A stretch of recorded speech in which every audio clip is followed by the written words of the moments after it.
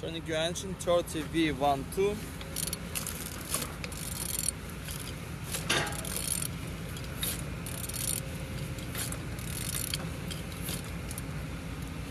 Turning good. At the front engines looks good, as you can see. Altimeter look nice without any damage. And on this side everything's good. Engine's turbo no broken, as you can see. Turbo turn.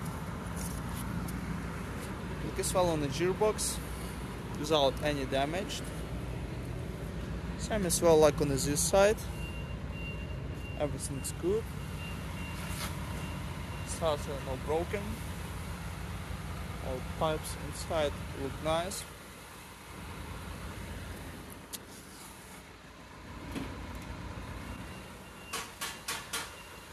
On the top you don't see any damage.